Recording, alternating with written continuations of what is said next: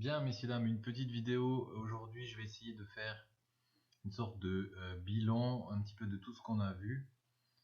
Alors, il y a beaucoup de choses, je sais, c'est pas toujours facile de comprendre tout en détail, mais je vais essayer de synthétiser un petit peu ce qu'on a vu jusqu'à présent, donc avec ce calcul différentiel. Voilà, on peut donc maintenant calculer le nombre dérivé d'une fonction f au point A. Ce nombre dérivé, c'est rien d'autre que la valeur de la pente de la tangente au graphe de f au point x égale petit a. Et on calcule ça avec le taux de variation et puis ensuite la limite lorsque h tend vers 0. Ceci permet donc de calculer le nombre dérivé au point A et seulement au point A. J'ai donné un exemple ici, donc j'ai choisi, c'est l'exemple que nous avons traité la dernière fois. J'ai choisi la fonction simple, x au carré, donc fonction quadratique simple, et j'ai choisi a égale moins 3. Et j'ai encore une fois refait le calcul que je laisse ici. Donc du taux de variation, f de moins 3 plus h, moins f de moins 3 sur h, etc. J'ai développé, simplifié. Et enfin le calcul du nombre dérivé de f en moins 3, en faisant la limite, lorsque h tend vers 0, j'arrive sur moins 6. Donc je sais que la pente de mon graphe, du graphe ici de la fonction x au carré, en x égale moins 3, et bien cette pente est moins 6. Voilà ce que me dit ce nombre dérivé. Et comme je vous ai dit lundi, le problème, c'est que si je change la valeur de a, eh bien on doit recommencer tous les calculs. On doit refaire ce taux de variation pour une autre valeur de a, développer, simplifier et refaire cette limite. Et donc ça c'est un peu fatigant puisque parfois pour une fonction, on doit calculer la pente en différents points. On verra pourquoi. Et donc si à chaque fois on doit refaire tout ce calcul, c'est quand même pas très pratique. Et lundi, j'ai rapidement expliqué à la fin de la leçon, mais peut-être c'était déjà un peu beaucoup, que les mathématiciens ont alors décidé de dire, bon, au lieu de choisir une valeur a que je me donne, par exemple moins 3, je vais garder ce x formel. Donc au lieu d'avoir ici une valeur fixée comme moins 3, je garde x. Et donc j'arrive sur une nouvelle chose qui s'appelle non pas le nombre dérivé, mais là on va vraiment, si on laisse x ici dans la fonction, on va fabriquer une fonction qui va s'appeler la fonction dérivée qui se trouve ici. Donc la fonction dérivée en allemand Ableitungsfunktion von f permet donc d'avoir la pente de la tangente au graphe de f en n'importe quel point x. Et donc c'est la même formule que tout à l'heure, simplement au lieu d'avoir a, on met ici la variable x. Quelle est la différence entre ce a et ce x?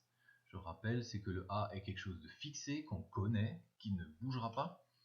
L'x est une variable qui ensuite pourra bouger, changer en fonction des besoins. On pourra donc faire ce calcul et puis ensuite pour un x qu'on décidera, on pourra alors calculer la pente au point x qu'on aura choisi à la fin du calcul. Alors j'ai repris le même exemple, donc je regarde cette fonction, la même fonction que tout à l'heure, f de x égale x au carré, fonction quadratique simple, et je calcule maintenant donc f de x plus h moins f de x sur h. Avant on avait fait avec f de a plus h moins f de a sur h, avec a égale moins 3. Là je garde, je donne pas une valeur pour x, je fais ça formellement. Et donc j'arrive avec mon f de x plus h, c'est maintenant x plus h au carré, puisque la fonction fait x au carré. Moins f de x, c'est simplement moins x au carré. Je développe tout ça, c'est Fabienne qui nous a dit ça la dernière fois. On arrive sur une expression comme ceci, dans laquelle je peux simplifier mes x au carré. Il reste 2xh plus h carré sur h. En simplifiant encore un peu, j'arrive avec 2x plus h. Et puis comme tout à l'heure, je fais la limite lorsque h tend vers 0 de cette chose que je viens de trouver qui s'appelle le taux de variation. Lorsque h tend vers 0 là-dedans, j'arrive sur 2x. Et 2x, c'est ce qu'on note en mathématiques f' de x. La fonction dérivée de ma fonction f est la fonction 2x. Donc cette fonction donne la pente du graphe de f pour n'importe quel x. et on note cette fonction f' de x. Donc on confirme aussi ce qu'on a calculé juste avant. Si votre x est maintenant moins 3, je rappelle moins 3 c'est le a qu'on avait choisi dans l'exemple au-dessus. Donc si je prends x égale moins 3 là-dedans, je vais trouver 2 fois moins 3, moins 6. Je retrouve la valeur que j'ai trouvée tout à l'heure.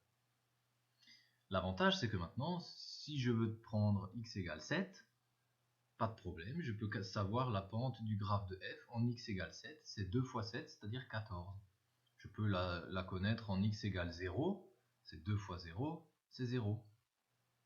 Donc j'ai vraiment fabriqué une fonction que je peux maintenant utiliser avec n'importe quel x, et c'est ça l'avantage. On ne doit pas refaire ce calcul encore une fois, à chaque fois qu'on change la valeur de x, non, on le fait directement dans la réponse, et ça marche très très bien. Donc, en résumé de ça, la fonction x au carré a une dérivée qui est 2x. J'aimerais qu'on calcule ensemble, et je vais le faire avec vous là maintenant sur la vidéo, la dérivée de la fonction x puissance 3. Vous allez voir que les choses se compliquent, puisque ici mon taux de variation est donc f de x plus h moins f de x sur h, et je peux alors écrire, en haut, en parenthèse, donc x plus h, cette fois je le mets à la puissance 3, moins f de x qui est donc x puissance 3 sur h, divisé par h, voilà. Alors ici, au numérateur, vous voyez qu'on doit développer, c'est plus qu'un binôme ça, on a donc 3 fois cette parenthèse, x plus h fois x plus h fois x plus h. Et on doit tout développer, donc là ça va être un peu de travail, mais je vais le faire doucement, pour que vous puissiez comprendre. Donc on va avoir, je vais l'écrire peut-être, cette chose, qu'est-ce que ça veut dire x plus h puissance 3? Ça veut dire x plus h fois x plus h fois x plus h. Et tout ceci moins x puissance 3 qui venait à la fin. Et donc on y va doucement, on va développer donc tout ça en haut. Je vais commencer par les deux premières parenthèses ensemble. En fait c'est la même chose que x plus h au carré, puisque j'ai x plus h fois x plus h. Donc ces deux parenthèses vont me donner exactement le même résultat que j'avais trouvé ici. Donc j'aurai dans un premier temps, les deux premières parenthèses donnent x au carré plus 2xh plus h au carré fois la dernière parenthèse qui est encore une fois x plus h et moins x au carré, au cube, puissance 3, pardon. Ok, donc je continue à développer parce que c'est pas terminé. J'ai ici maintenant 3 termes que je dois multiplier avec la dernière parenthèse ici, x plus h. Et donc je vais avoir x au carré fois x, ça donne x puissance 3. Ensuite je vais avoir x au carré fois h, je vais ajouter plus x au carré h. Ensuite je vais avoir 2xh fois x, ce qui donne 2x au carré h. Ensuite je vais avoir 2xh fois h, qui va donner 2xh au carré. Et puis je vais avoir h au carré fois x, donc plus h au carré fois x. Et enfin le dernier, h au carré fois h, qui donnera h puissance 3. Et puis je termine avec le moins x puissance 3 que j'avais déjà avant. Voilà, un grand calcul, un peu complexe, mais on va maintenant simplifier et voir ce qu'on obtient. Alors on voit tout de suite que les x puissance 3 vont tomber. Alors les choses avec x carré h, vous voyez que ici j'ai 1x carré h avec 2x carré h ici, je peux les mettre ensemble, peut-être je vais les mettre en couleur, donc ça, je vais le mettre en rouge, et j'en ai donc ici 3, je vais écrire 3x au carré h, et je mets ça en rouge tout de suite.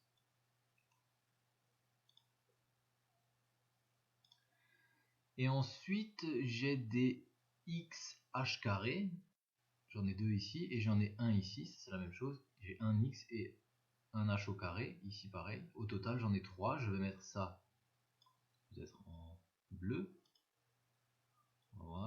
Voilà, on a du bleu ici. Donc je rajoute ici tout de suite en bleu 3xh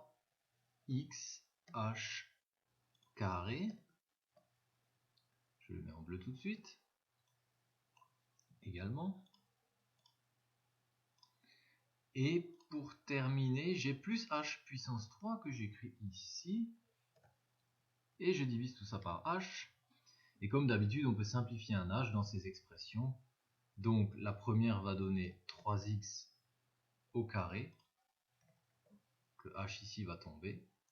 Ici, je peux simplifier un h, il va rester plus 3xh. Et là, je peux simplifier un h, il va rester h au carré. Voilà. J'ai ici calculé et simplifié au maximum mon taux de variation pour la fonction x puissance 3. Vous voyez que le calcul est de plus en plus compliqué. Maintenant, deuxième étape, je calcule la limite et je vais obtenir la valeur de la dérivée de cette fonction. Alors f' de x, c'est maintenant la limite lorsque h tend vers 0 de ce truc que je viens de trouver, donc 3x au carré plus 3xh plus h au carré. Lorsque h tend vers 0, alors qu'est-ce qui se passe avec tout ça lorsque h tend vers 0? 3xh va tomber, puisque h s'approche de 0, donc 0 multiplié par n'importe quoi va tomber, et celui-là aussi, h au carré, puisque h tend vers 0 tombe. Donc les deux derniers termes tombent, il reste seulement 3x au carré, que j'écris ici.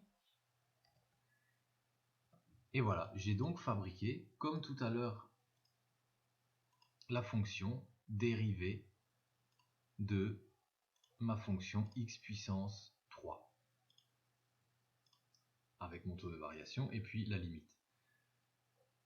Alors vous allez me dire, ouais, ça devient de plus en plus compliqué, si maintenant je choisis la fonction x puissance 4, ça va se compliquer encore plus. Si je prends x puissance 5, ça va être très très compliqué, je vais devoir développer ces parenthèses 5 fois, 6 fois, etc. Mais en fait, on n'a pas besoin de voir ça, on n'a pas besoin de faire ça parce qu'on remarque quelque chose. Si on regarde bien, la dérivée de x au carré donne 2x. La dérivée de x puissance 3 donne 3x au carré. On pourrait comme ça essayer de voir une certaine logique dans tout ça. Et la logique dit la chose suivante. Prenons, on va noter ici la suite. Donc si maintenant votre fonction était par exemple x puissance 4, sans faire le calcul, je vais dire alors la fonction dérivée de cette fonction x puissance 4 va être, je ne sais pas si certains l'ont trouvé, je vous le donne, ça va être 4x puissance 3. Je ne fais aucun calcul pour faire ça. Peut-être certains ont déjà compris la logique. Continuons avec un autre exemple. Prenons maintenant la fonction x puissance 5. Si je prends la fonction x puissance 5, alors la fonction dérivée de cette fonction x puissance 5 va être 5x puissance 4. Je ne vais pas faire le calcul, croyez-moi, vous pouvez le faire si vous voulez. En développant donc 5 fois cette parenthèse, ça va être beaucoup de travail, mais croyez-moi, à la fin, quand vous aurez fait la limite, lorsque h tend vers 0, vous aurez 5x puissance 4.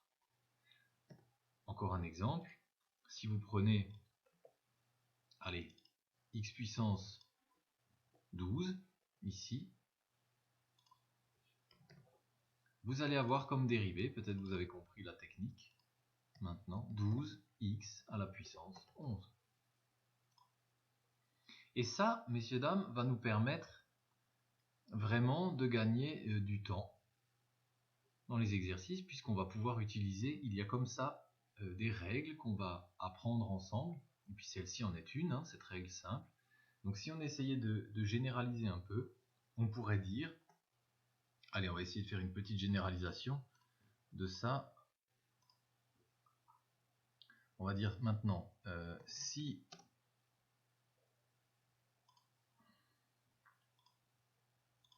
f de x est une fonction du type x puissance n, on va mettre ici que n, on va dire ce que c'est n. N est un nombre entier, un nombre naturel.